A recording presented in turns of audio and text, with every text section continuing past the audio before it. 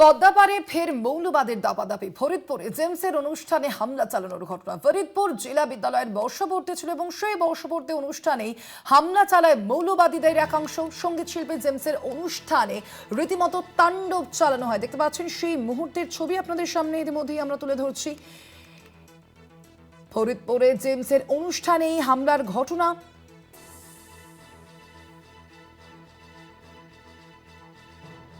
শুক্রবার ফরিদপুর জেলা বিদ্যালয়ের বার্ষিক যে বর্ষপূর্তি উপলক্ষে যে অনুষ্ঠান হওয়ার কথা ছিল, সেই অনুষ্ঠানেই কিন্তু এই হামলার জেরে সেই অনুষ্ঠান বাতিল করে দেওয়া হয়। পদ্মাপাড়ে মৌলবাদীদের দাপাদাপি। ফরিদপুর জেলা বিদ্যালয়ের বর্ষপূর্তি অনুষ্ঠানে হামলা চালানোর ঘটনা।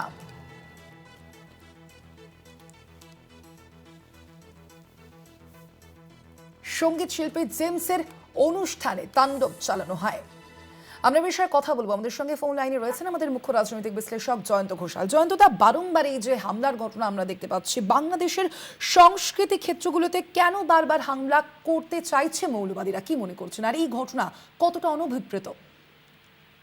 এই ঘটনাটা ভারতের জন্য শুধু উদ্বেগজনক নয়, এটা শুধু পশ্চিমবঙ্গের জন্যও নয়, গোটা দেশের জন্য উদ্বেগজনক একটা পরিস্থিতি। এবং এটা কোথায় গিয়ে দাঁড়াবে সেটার জন্য ভারতের শঙ্কা রয়েছে।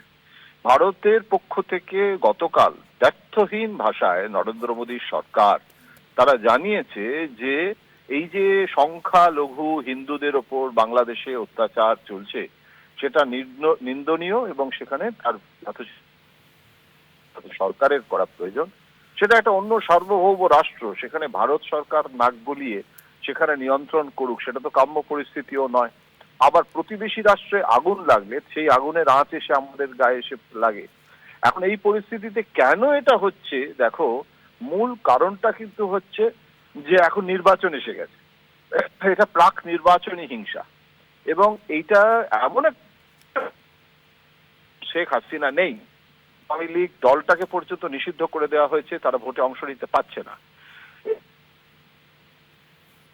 একটা ভোট যেখানে একদিকে বিএনপি এবং 17 বছর পর খালেদা পুত্র তারেক ফিরে এসেছেন এবং বিএনপি তার নেতৃত্বে সেই বিএনপি নির্বাচনে অংশ নিচ্ছে, তারা একটা নির্ধারক শক্তি। কিন্তু তার বিরুদ্ধে প্রধান বিরোধী দল হিসেবে মাথাচাড়া দিয়েছে জামাত এবং জামাত বিএনপিতে ছাড়াছাড়ি হয়ে গেছে। তার ফলে জামাত এখন এনসিপির মতো একটা নতুন দল, নবীন প্রজন্মেরও দল বটে, তারা ভয়ঙ্কর ভাবে র্যাডিক্যাল ইসলামাইজেশনের মধ্যে রয়েছে এবং সেই ইসলামীকরণের কাণ্ডারি কিন্তু ইউনূস নিজে, মোহাম্মদ ইউনূস নিজে।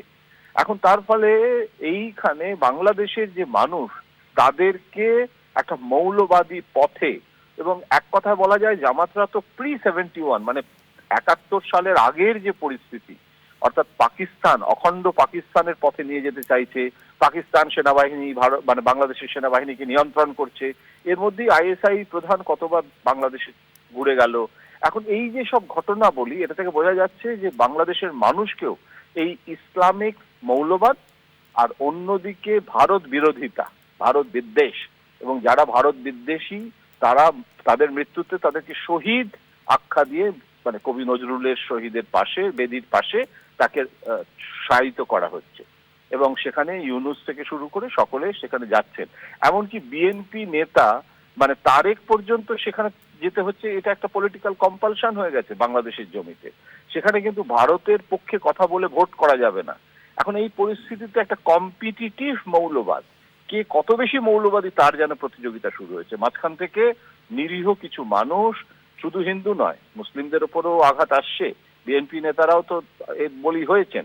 এখন এই পরিস্থিতিটাতে আমরা কনসার্ন হচ্ছে যে যে সংখ্যালঘু হিন্দুরা তারা যেভাবে তাদেরকে পিটিয়ে গাছে ঝুলিয়ে যেভাবে নির্মম ভাবে একটা প্রদর্শনও হলো, শুধু তো হত্যা নয়, হত্যার প্রদর্শন, সেই ভয়াবহতাটা বন্ধ হওয়া প্রয়োজন।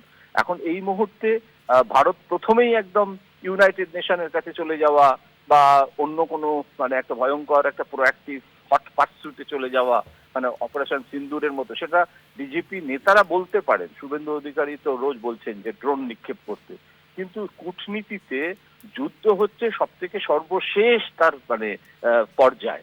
তার আগে কূটনৈতিকভাবে যাতে ভোটটা সুষ্ঠুভাবে হয়, ভারত সেটা চাইছে। 12 তারিখে ভোট, সুতরাং 12ই ফেব্রুয়ারি ভোটের আগে হিংসাটাকে নিয়ন্ত্রণ করার জন্য সমবেতভাবে একটা প্রচেষ্টা শুরু হয়েছে, সেটা কূটনৈতিক প্রচেষ্টা। ভারত যে চুপ করে বসে আছে তা নয়। সুতরাং এই পরিস্থিতিতে আমরা একটা উদ্বেগের মধ্যে আছি, পরিস্থিতির দিকে নজর রাখছি, এবং এই যে ঘটনাটা তুমি বললে সেই ঘটনাটার তীব্র নিন্দা করছি, এবং আশা করব যে শুভবুদ্ধি সম্পন্ন যে বাংলাদেশের মানুষ তো সবার শেষ, মানে সব শেষ কথা বলবে, তারা ভোটের মাধ্যমে অন্তত একটা গণতান্ত্রিকভাবে নির্বাচিত সরকারের হাতে বাংলাদেশটাকে তুলে দেবে।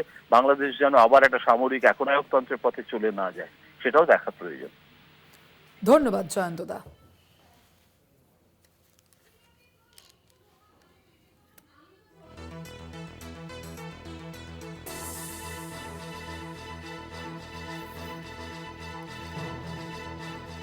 ফরিদপুরে জেমসের অনুষ্ঠানে হামলা চালানোর ঘটনা, সেই ঘটনার ফলে কিন্তু এই বিক্ষোভ,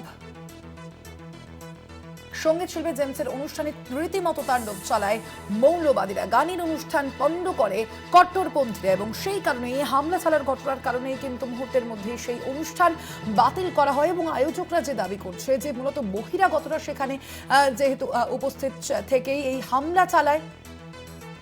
ফরিদপুরে জেমসের অনুষ্ঠানে হামলা চালানোর ঘটনা, হামলা চালানোর ঘটনার পরই অনুষ্ঠান বাতিল হয়।